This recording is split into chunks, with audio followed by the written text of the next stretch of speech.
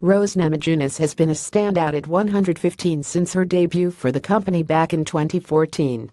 Since then, her constant exposure against the top talent at strawweight has won her countless opportunities to show her skills, and her latest submission victory over Michelle Waterson was a culmination of all that hard work coming to a head. Now, with all the contract situations all but complete en route to her next blockbuster fight with champion Joanna Jędrzejczyk, she will have another opportunity to legitimize herself as a mainstay at the strawweight division and possibly crown herself as the most accomplished female UFC fighter under 25 if the outcome is favorable.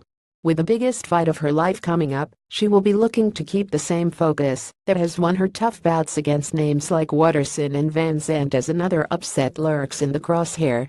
Du Choi was already a star-studded prospect before that Fight of the Year candidate with Cub Swanson, but after the fight, he solidified his place as one of the brightest prospects to come out of South Korea in recent memory, and the future is looking boundless for this 24-year-old prospect.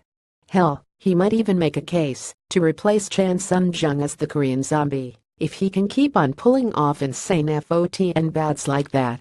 His skills are only improving from here on out, and his knack for finding the chin is unlike any other in a division that is never lacking on fighters with that killer instinct.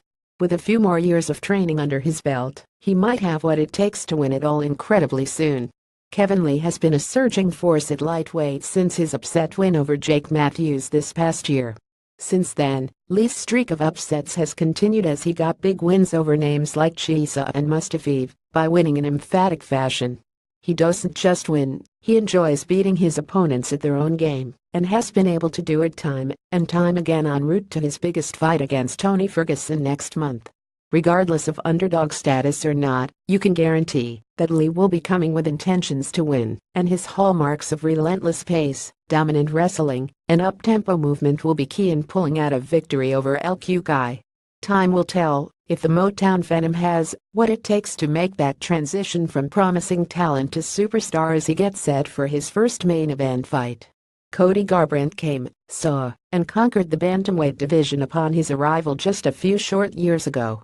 After a string of KO wins over the likes of Thomas Almeida and Takeya Mizugaki, he made his case for the title against Dominic Cruz, and what followed was one of the best performances from an underdog in the history of the UFC. The world is completely at Garbrandt's disposal, and if he can manage to keep the belt against the slew of tough opponents at 135, he can quickly make his case as one of the greatest young champions in the history of the brand.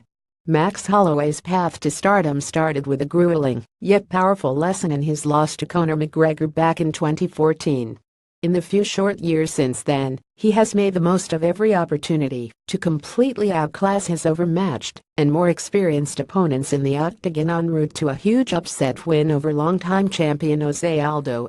With all the tools at his disposal to continue on a historic run at featherweight, Max Holloway is wasting little time on returning to the octagon as he looks to defend his belt soon and hopefully one day make his dream of an event for UFC Hawaii ring true. Want to share your opinion? Why not write for us? Previous post next.